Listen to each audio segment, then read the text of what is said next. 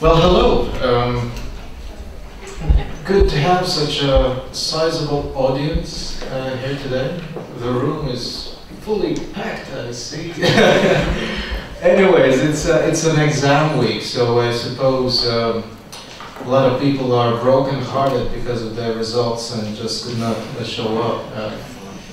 Anyways, we have a very interesting speaker here today with us. I have an honor to introduce to you Īans Frū, who is the Chargé d'Affaires at the British Embassy in Riga. Chargé d'Affaires is something that the ambassador does, but when the ambassador is not around, so you're in charge basically. Exactly. Not exactly an ambassador, but doing the same, yeah, replacing him. So Mr. Frū has been a British diplomat for almost 10 years now. He has previously dealt with European Union affairs as well as Eastern European and Russian affairs. What we'll do today is that we have approximately an hour for our discussion about British foreign policy, about European Union affairs, as the case may be, about maybe Latvian-British relations as well. This is how we will do it. Mr. Frū will have his remarks for maybe 20 minutes, half an hour, and then we will have question and answer session, hopefully a lively session, right? So do prepare your questions. Otherwise, I will take up all of that time with my own questions, so just use your opportunities, particularly if you are researching any topics related to British foreign policy or British position in the European Union. So just use your chance, especially maybe if you're a third-year student, second-year student doing your research papers or your any other papers that can be of use. So use this opportunity. All right, I will shut up right now, and Mr. Frū, the floor is yours, please. Thank you very much. Good afternoon, everyone. I think the important thing is that we have quality here. That's more important than quantity, so I'm glad to see you all here. Thanks for inviting me here to talk to you today about British foreign policy. This event is part of a series that we're doing this week on, which is British Week, arranged by the Embassy and the British Chamber of Commerce, which is about celebrating the links between the UK and Latvia, be they political, business, cultural, and kind of emphasising the strong links we have. If I'm allowed a small advertisement at the beginning, I want to mention two events that we have later on this week. Tomorrow we have our Guy Fawkes Bonfire Night, which is a traditional celebration, and that's at Risiva, where we'll have fireworks, bonfire, food and drinks.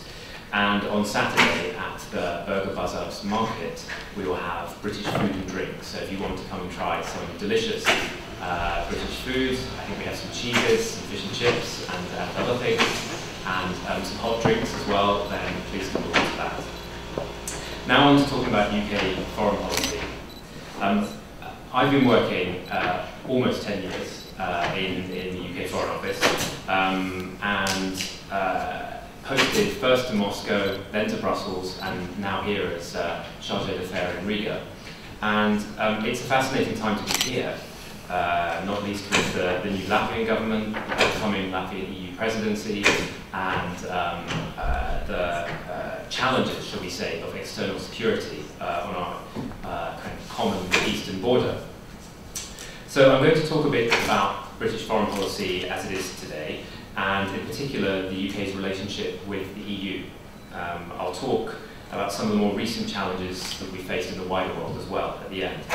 And I want to draw a link here between foreign policy and how we think of ourselves and our kind of national identity. So there are 4 questions I want to kind of use to do this. And my first one, if I can across, why is the UK so special? Okay, I'll admit this is a bit of a provocative question. Of course, I think the UK is special. I was born there, grew up there. I represent the UK overseas. Doesn't everyone think their country is special. I know my French colleagues certainly think that.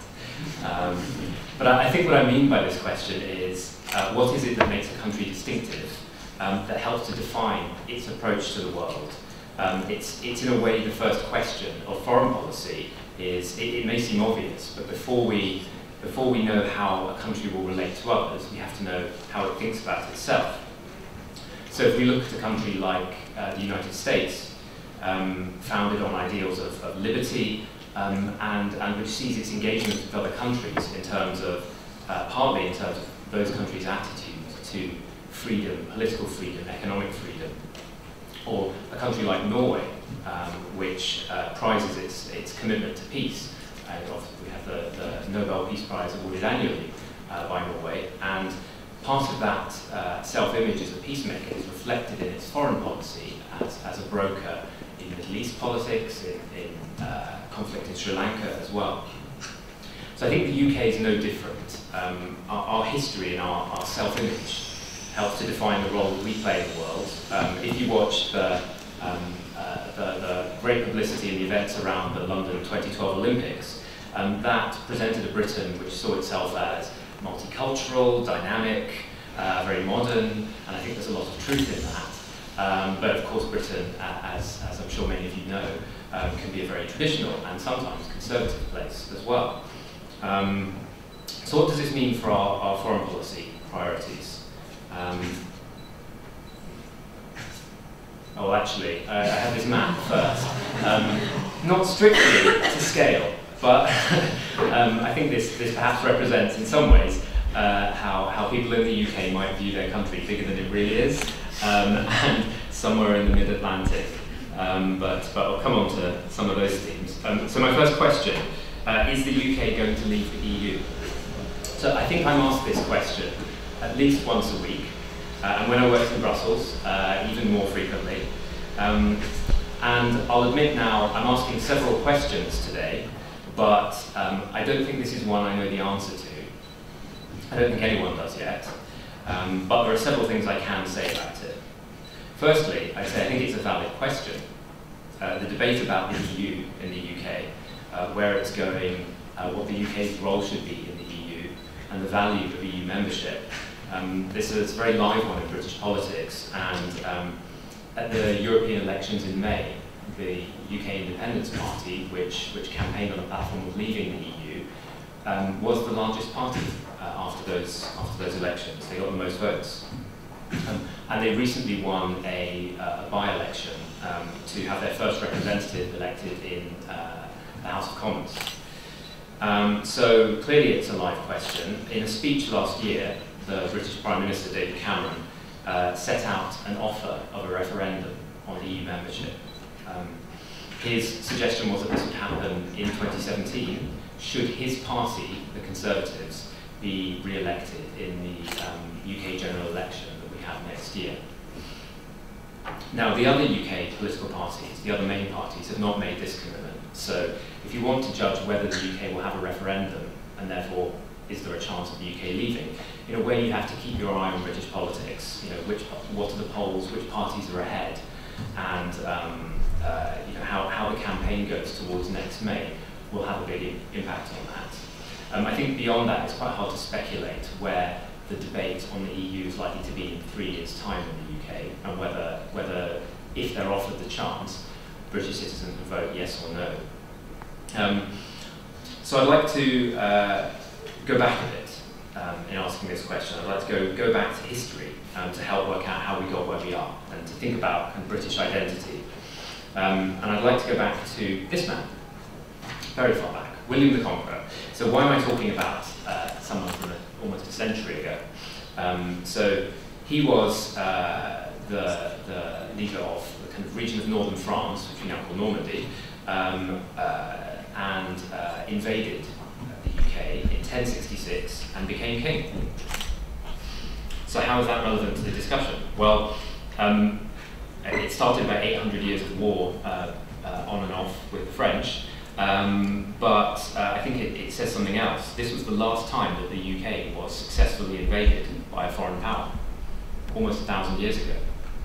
So while the UK since then has fought and has suffered in many other wars in Europe, as other countries have, especially in the 20th century. The UK has no memory of invasion, of occupation, of the kind of things that many other European, if not most other European countries have suffered. So on our islands, we've been to an extent protected and insulated. The last threat of invasion was in 1940. So for people in the UK, the memory of the Battle of Britain, the great kind of air battles between Nazi Luftwaffe and British Royal Air Force, is still a very strong sort of folk memory. This is when Britain stood alone for a number of months, and it's something that leads quite a few British people to have concluded that, well, the lesson they may draw is about Britain's ability to protect and defend itself and rely on itself to forge its own path.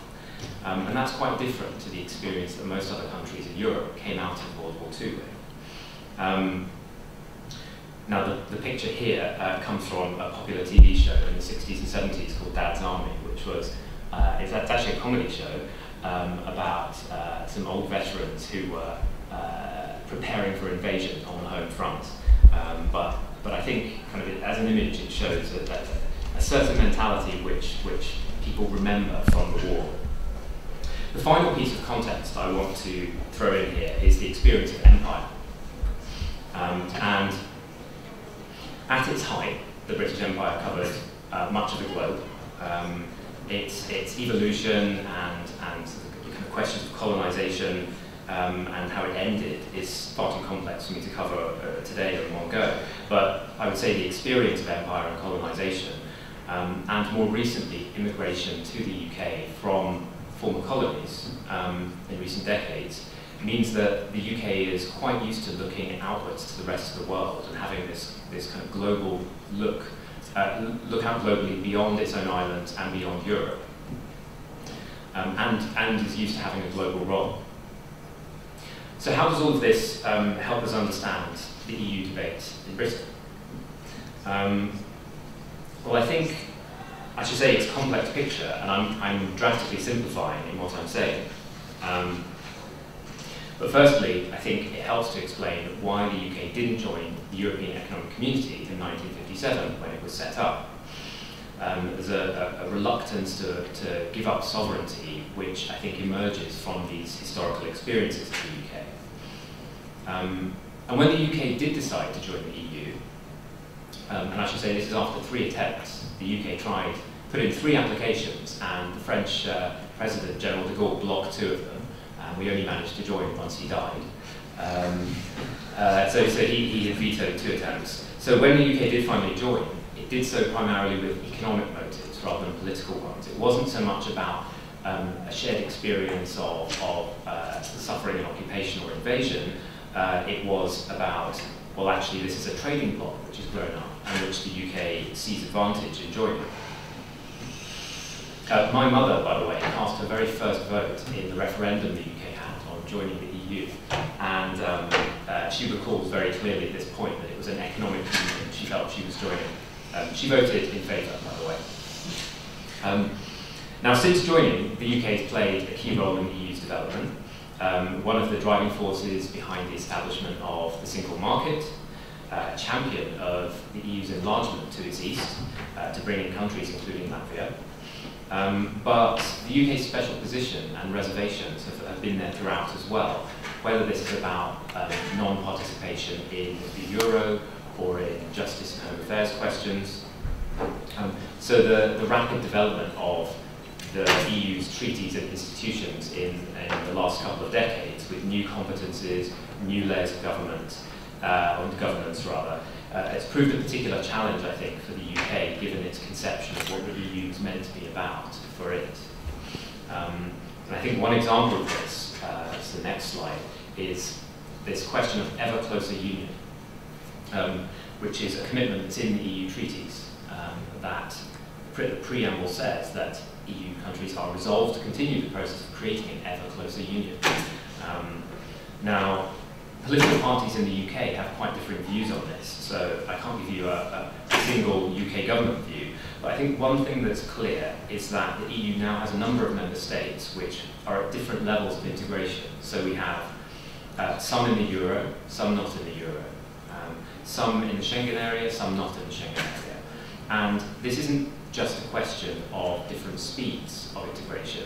I think in some cases it's a question of different destinations. So some countries, and the UK is probably in that category, may never join the euro. And that's something that is potentially a challenge to this concept of ever closer union. So, on the question of a referendum and a renegotiation of the UK's relationship with the EU, it's not for me to say whether this is the right way of resolving the UK's EU dilemma.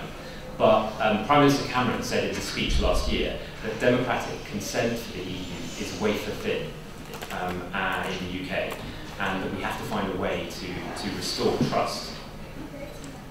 I'll end this part, or the answer to this question, with some hard figures, or perhaps it's not an answer to the question, but you may be able to draw your own conclusions. Here you can see, I hope you can see, some polling data. So this is from the last 4 years, and it's surveys in the UK on British attitudes to EU membership. So the question is, the first question is, if there was a referendum on Britain's membership of the EU, how would you vote? And you can see that after a period of those who would vote to leave being in the majority, in the last year or so, there's been a slight advantage for those who would vote to stay in. That's just switched in the last few weeks, as there's a current EU budget issue, which has got a lot of a very high profile in the UK. But overall, you can see it's quite close, and actually there is no clear answer to the question from this from this information. Now, if we look at the next slide, different question.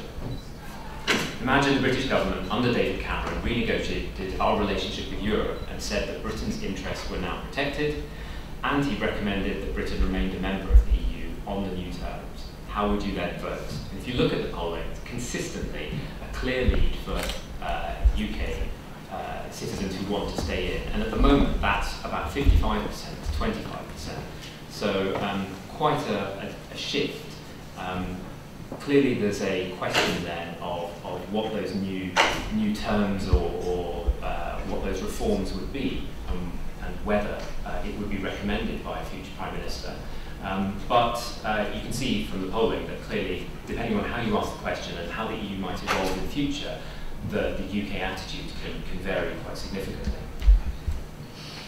Now, I focused on the UK specific debate, but in fact, the majority of UK policy and when the government thinks about the EU, it's actually about thinking how we can make the EU work better for all member states, not just for the UK. So we know that most European countries are currently suffering from slow economic growth. I think the forecasts for this year are across the EU 1.3% growth, and unemployment in many countries is still into double figures, double-digit figures, and there isn't a clear positive trend yet on that. We also had, as I mentioned, the European Parliament elections in May, which saw the lowest turnout ever, 42.5%, which saw, in a number of countries, populist and anti-European parties gaining the largest share of the vote. So the UK, France and Italy in particular, but also a number of other countries saw such parties gain large numbers of votes, and they now are quite a significant proportion of the members of European Parliament in Brussels and Strasbourg. We also have challenges of democratic accountability, the connection between voters and the representatives, and external policy, which I mentioned, the challenges in the neighbourhood. So we have a new European Commission, which has just come into office. We have a new European Parliament, which has just received a new mandate. And we're just about to move into Latvia's presidency of the Council of the European Union. And we have an opportunity to address these challenges. So what are the things we can do? Well, there's a UK-based think tank which put together a range of ideas. They're not all government policy, I should say, but they make quite good slides, so I'm going to run through some of them. And hopefully they'll give us an idea of the kind of things that we'd like to see. So firstly, the question of the balance between Eurozone members and non-Eurozone members. So the UK isn't joining the Euro in the foreseeable future. Quite a few other countries remain outside as well. As the Eurozone undertakes its integration and the steps it needs to take to make the Euro work, and a lot of progress has been made on that, but as those steps happen, the rights and interests of the countries that are not in the Eurozone will need to be protected, and this is quite a concern for the UK. The second question is on competitiveness. The EU's economy is clearly falling behind the US, and other emerging powers are clearly growing much more strongly. Last year there was, on average, no economic growth across Europe. So at the EU level, we need to make sure we're doing everything we can to boost that growth and competitiveness globally. And that includes by not regulating where we don't need to, and scrapping regulations that are a burden on businesses. A second part of the question of competitiveness is science and innovation. So that will only be successful where we're focusing our research and innovation on the right opportunities and investing so that we have this foundation for growth. And if you look at the percentage of GDP that European countries spend on research and development, it's significantly below our competitors. Next, the question of services and the single market. So one of the key areas to boost growth in the EU is through deepening and strengthening the single market. We have at the moment between EU countries quite free trade in goods. If I'm a UK company and I want to sell my products in Latvia, actually there aren't that many barriers, it's fairly easy.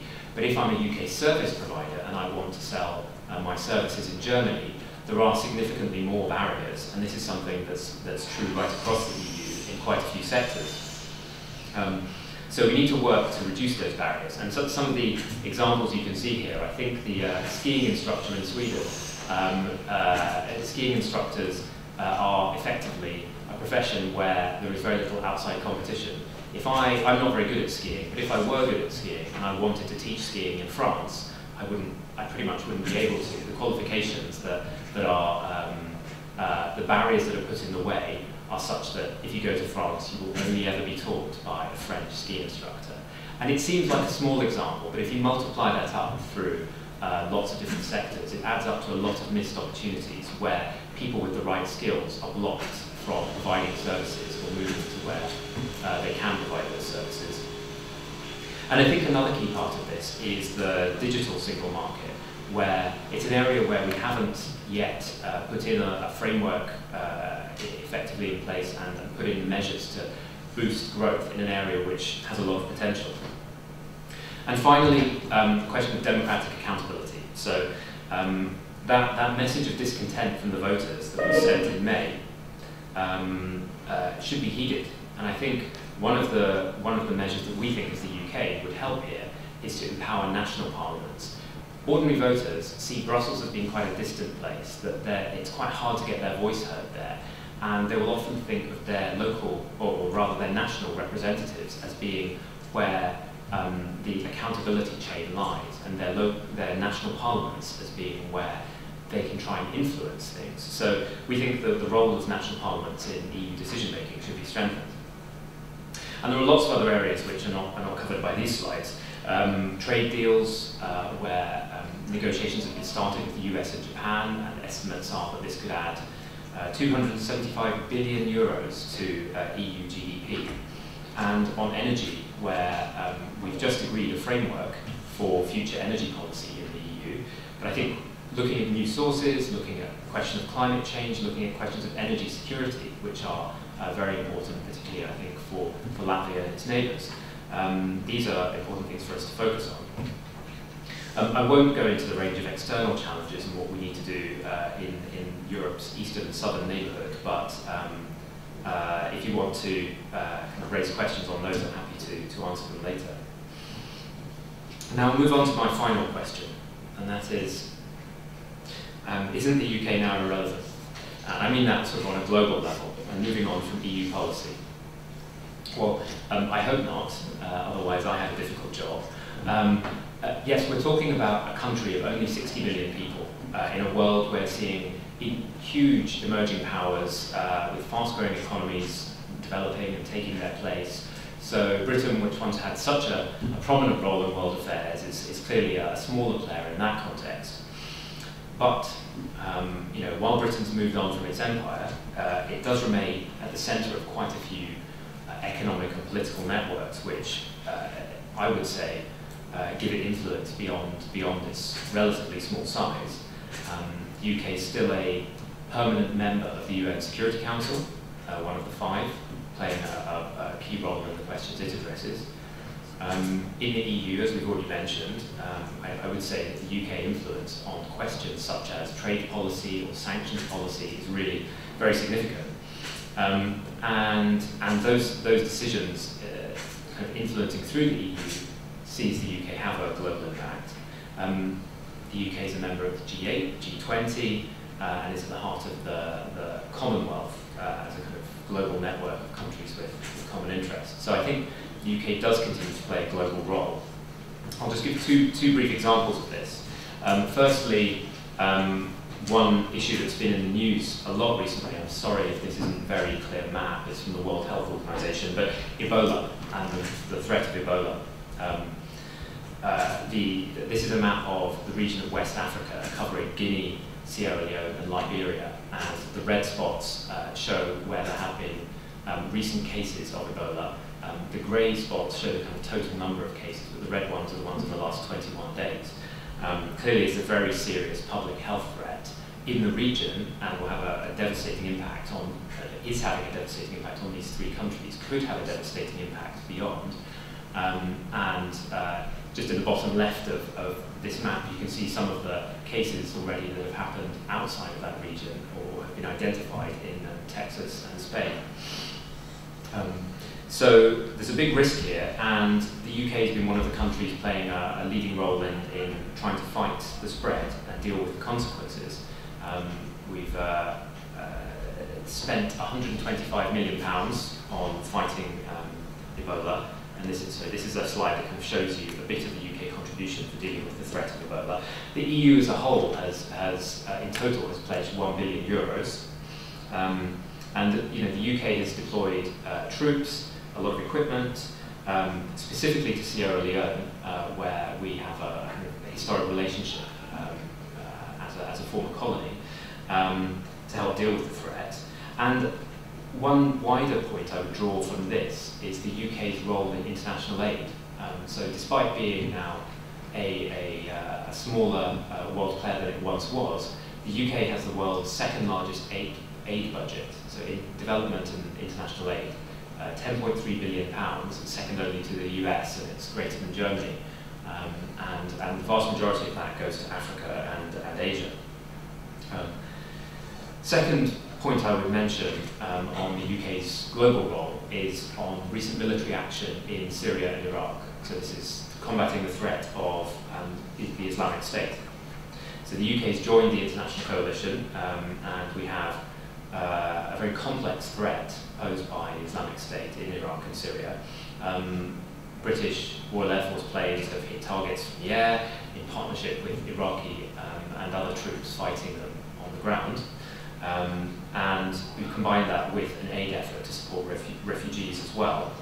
And this is an area where there's a long-term battle. We're talking about years, months and years, not weeks, to defeat the threat of ISIS.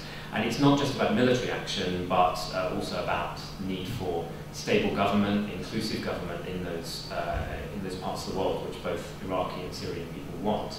And the UK is playing a key role in this. I think also there's just a final point on the threat here. There's implications for many European countries domestically, as we have fighters which have joined the Islamic State from those countries, and there's the fact that you have a flow of fighters coming from European countries to these areas is something we need to address. But actually there's a risk if they come back as well and potentially try to provoke kind of conflict or organised attacks when they come back to their home countries. I thought I'd end on a quite unusual reason why the UK might be special. this man, which is quite a, this isn't the British Empire at any point, but several years ago a British researcher looked into all of the countries which the UK had in some way been involved militarily. So this has been spun in the press as which countries the UK has invaded. That's not quite what this shows, but every country coloured in pink here is a country where UK forces have somehow been involved in military action in the past.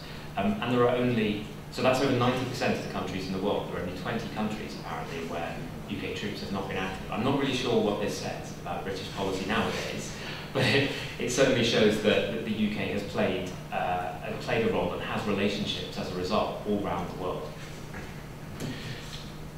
So thank you very much. I look forward to answering your questions. All right.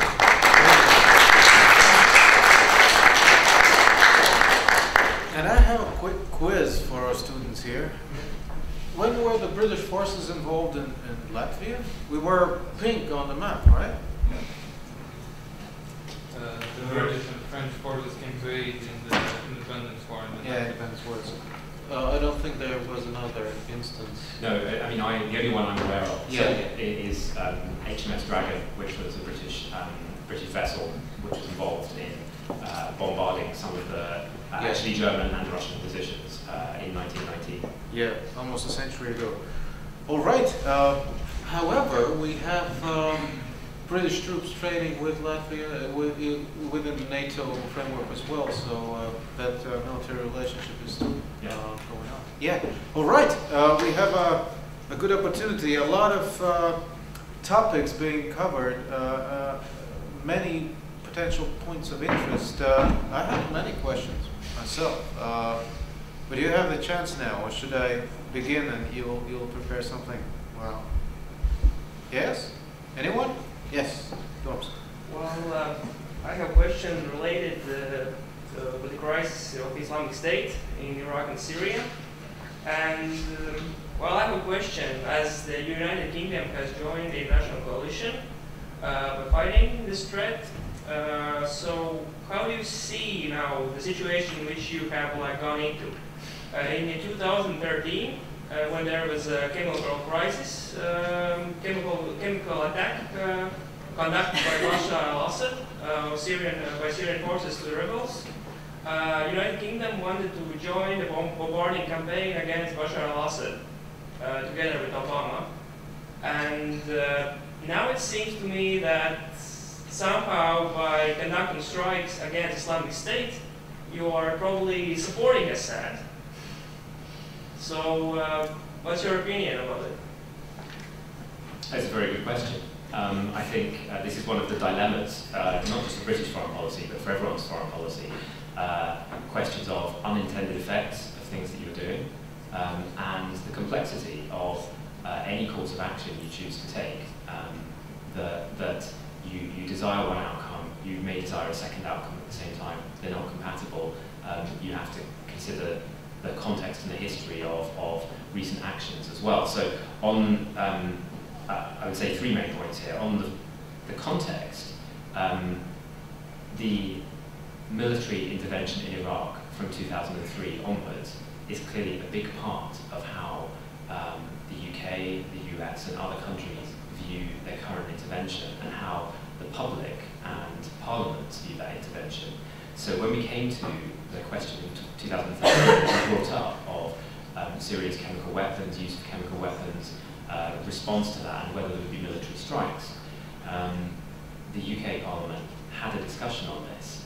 The government had a full debate which lasted many hours in the House of Commons and which resulted in the House of Commons not supporting military intervention. There's actually an interesting domestic question there and how you authorise use of military force in the UK, but even just in terms of the international impact, I think the questions that debate raised on the wisdom of intervention, the wisdom of making threats against a regime, and the risks that you might be left with unintended consequences were a large part of that debate, and the reluctance of some of the members of Parliament in the UK and the public in the UK to sanction that kind of action. I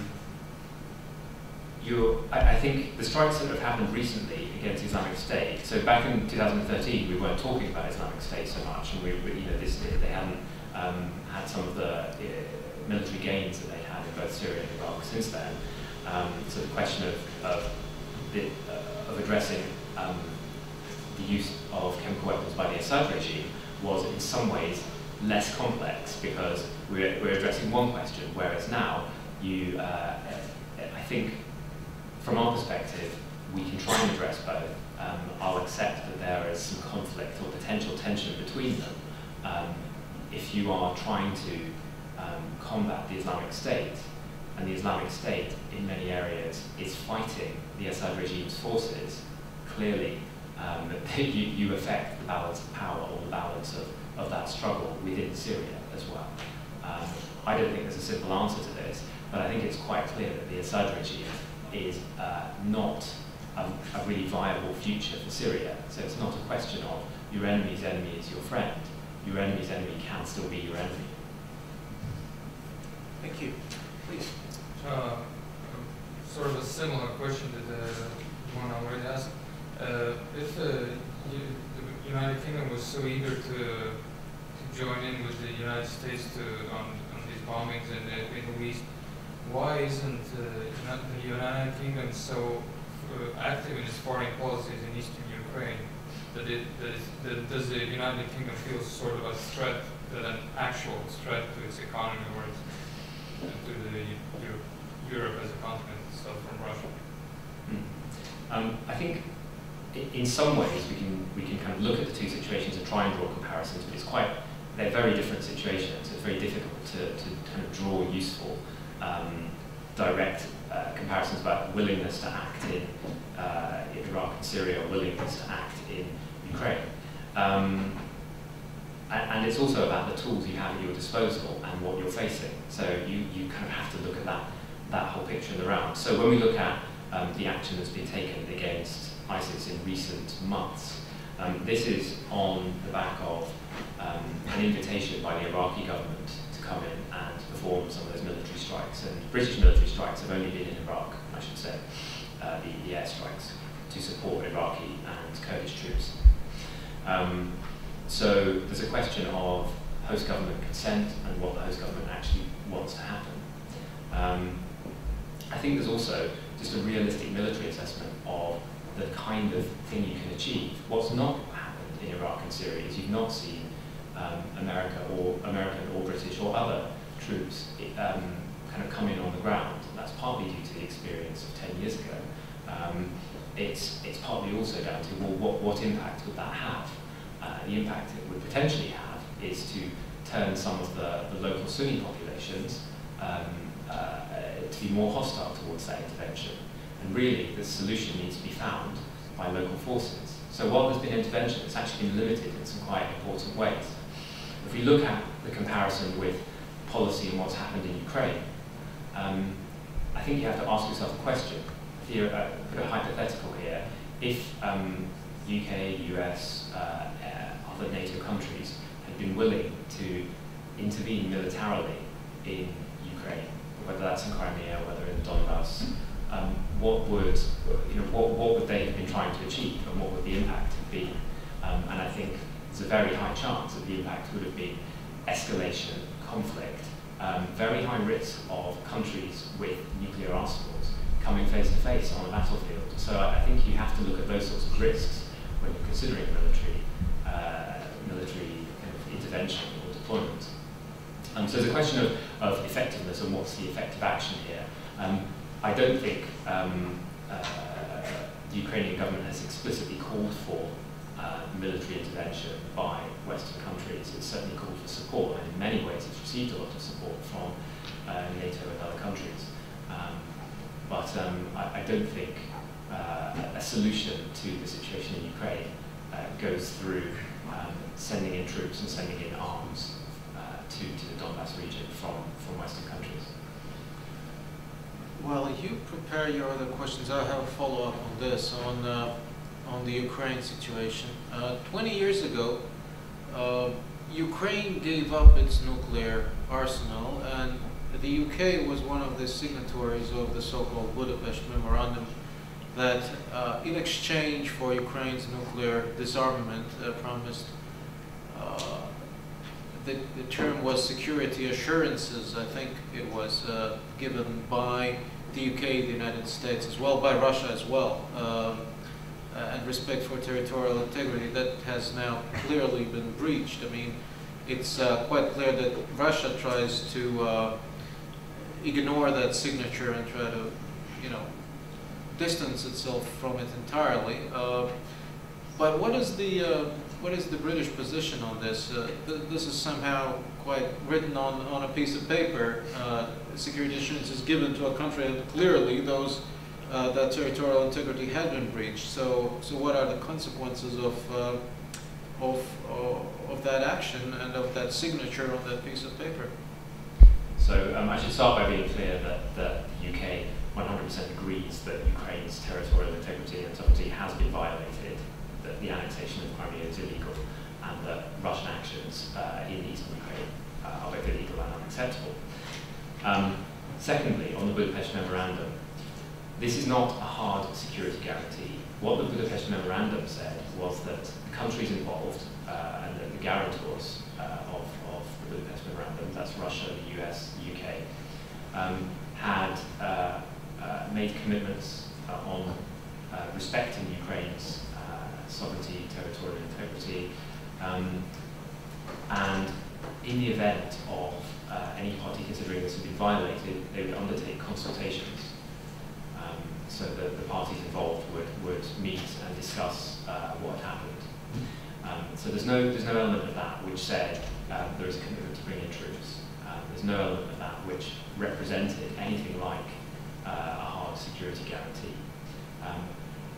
However, there should have been consultations, and the UK called for consultations under the Budapest Memorandum, and the Russian government refused to undertake those consultations. So that really, under the way the Budapest Memorandum had been structured, rendered further steps impossible at this point.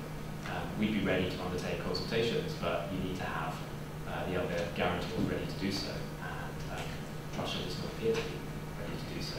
And there is a really clear distinction here between the kind of language that's in the Budapest Memorandum and the kind of language in NATO's Article 5, which is a rock-solid commitment to defend allies in the event of any violation of those allies' sovereignty or territorial integrity. So I want to be very clear that there's actually quite a distinction here. All right. Any other questions, please? Yeah, there were recent figures floating about the benefits of UK in terms of EU membership around, I think, including pounds. Do you have any figures to back that up, or any different figures, and what is your opinion about these benefits?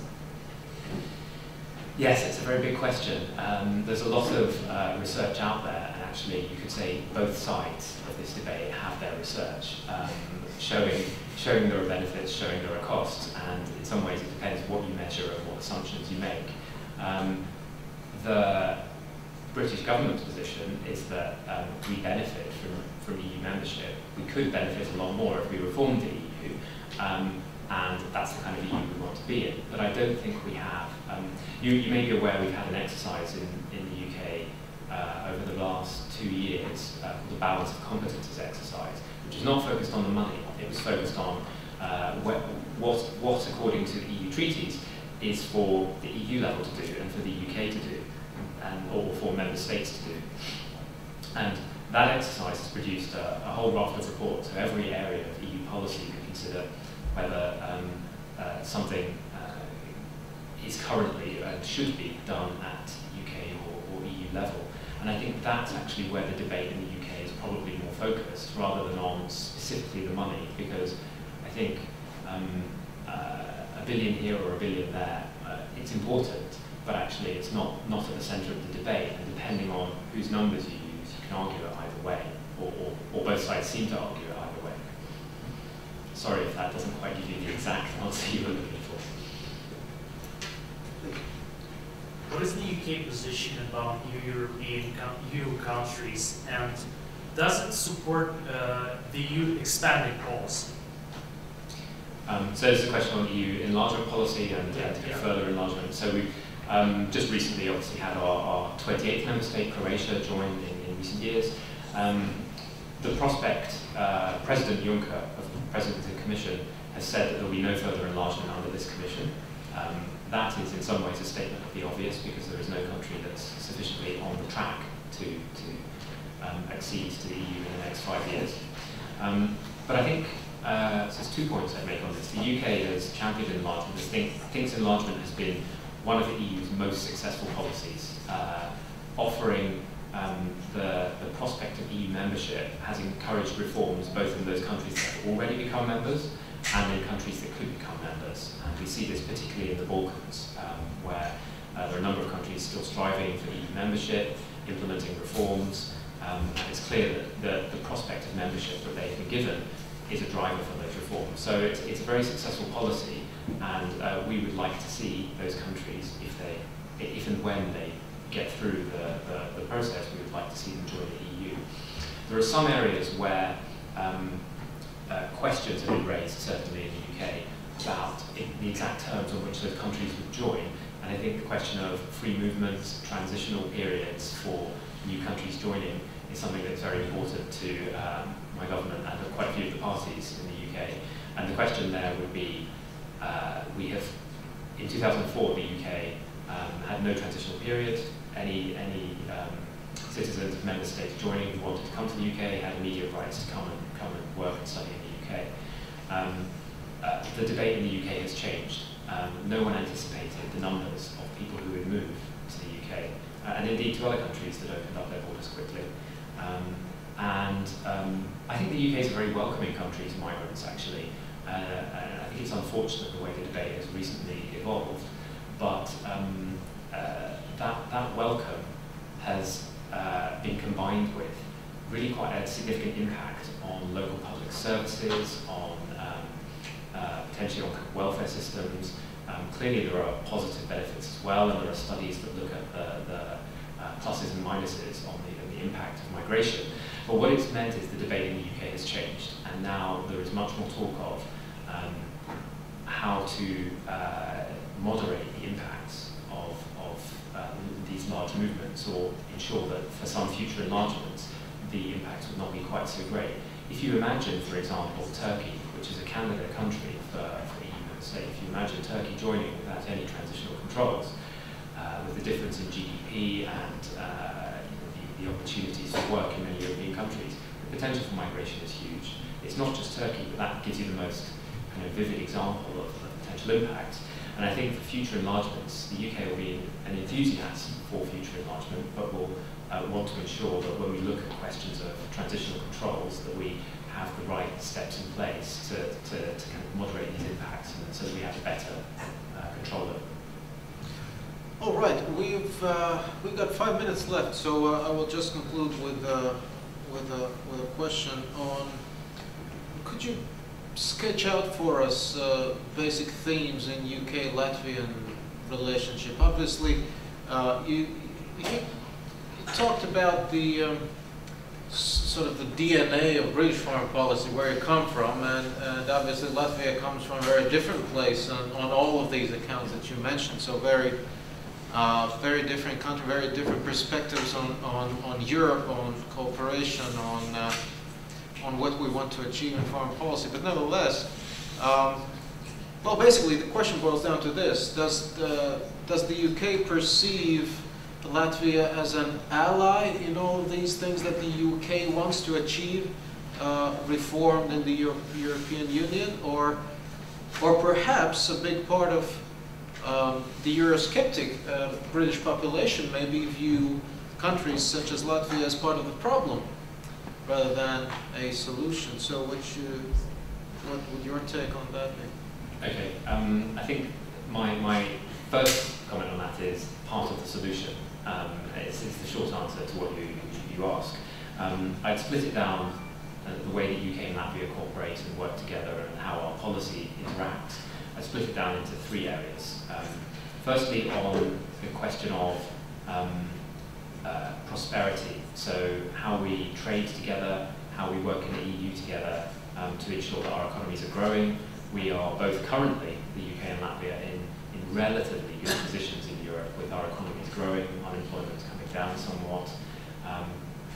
Both UK and Latvia have domestic challenges and you know, reform challenges, but I think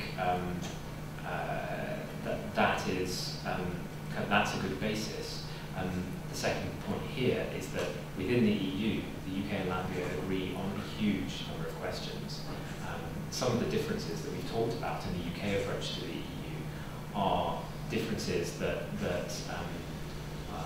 don't affect most of our cooperation. If we talk about something like Eurozone membership, Latvia had great success in joining the Euro it has integrated in some ways further than the UK into the EU. That's not an area of disagreement. We're very happy that Latvia has chosen and decided to do this. And on the areas where we want to see progress in the EU, on things like reform of the single market, trade, digital agenda, these are areas that, under the Latvian presidency, are clearly a priority for the Latvian government as well. And I can see, in some ways, this being a presidency, and sort of beyond the presidency as well, an area where UK-Latvia cooperation can be very significant. We agree on a lot of things. We are northern, liberal, free trading countries.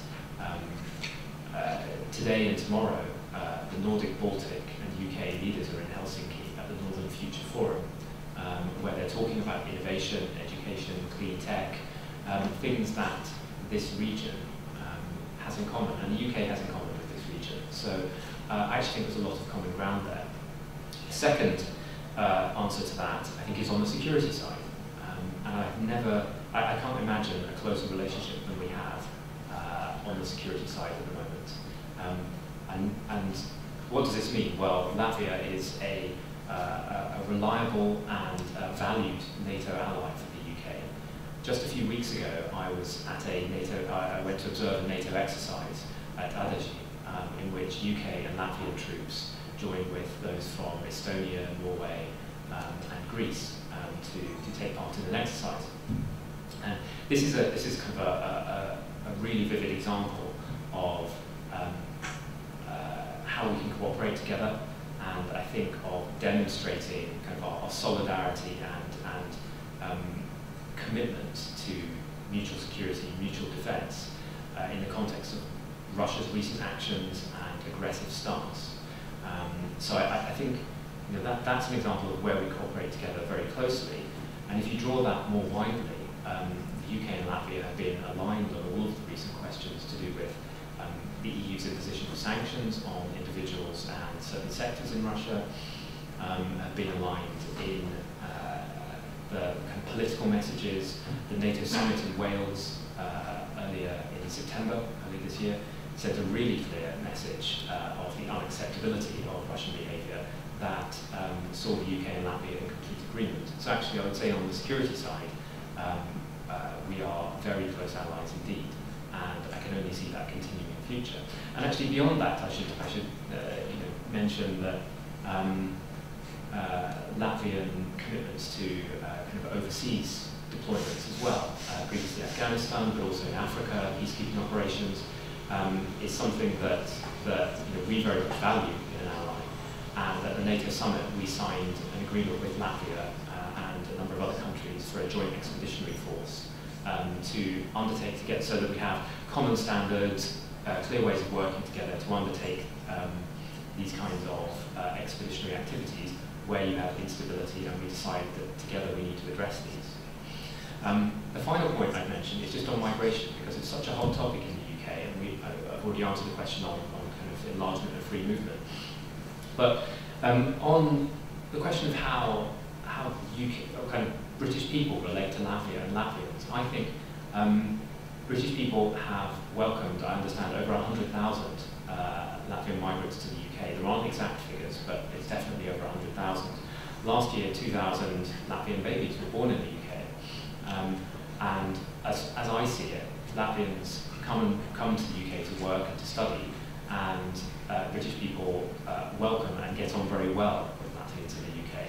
So I think, and actually when I travel from Riga back to the UK, I have a choice of, I think it's something like 10 airports I can fly to, which really shows the degree of people-to-people links between our two countries. It's not just a question of are the governments talking to each other. Then you have people, a lot of people travelling to the UK to work, British people coming here, sometimes to work and study or as tourists. And I'm really pleased to see that kind of level of cooperation. It's partly what this British Week is about, sort of highlighting this sort of link. All right, and that concludes. You have something another quiz for our students here. Okay. I do. So on Friday, as I mentioned, we have this bonfire night, Trisava, the Guy Fawkes bonfire night, and thanks to Andra from the embassy, we have 2 tickets to give away to whoever can answer 2 questions first. And the test here will be who can put their hand up quickest to answer these questions. So the first one is, what year did the UK join the EU in? It would be 1973. 1973, exactly right. That will be Good. later. Okay, and our second question is, can you name, or what is the name of, the UK's EU Commissioner? Recently appointed. No? Was it Jonathan Hill? Jonathan Hill, exactly right. Oh, I'm afraid that's all. Okay. So that concludes our guest lecture today. Many thanks to the audience. Very pointed questions. I think we all agree on that. And we're done. So thank you very much. A round of applause.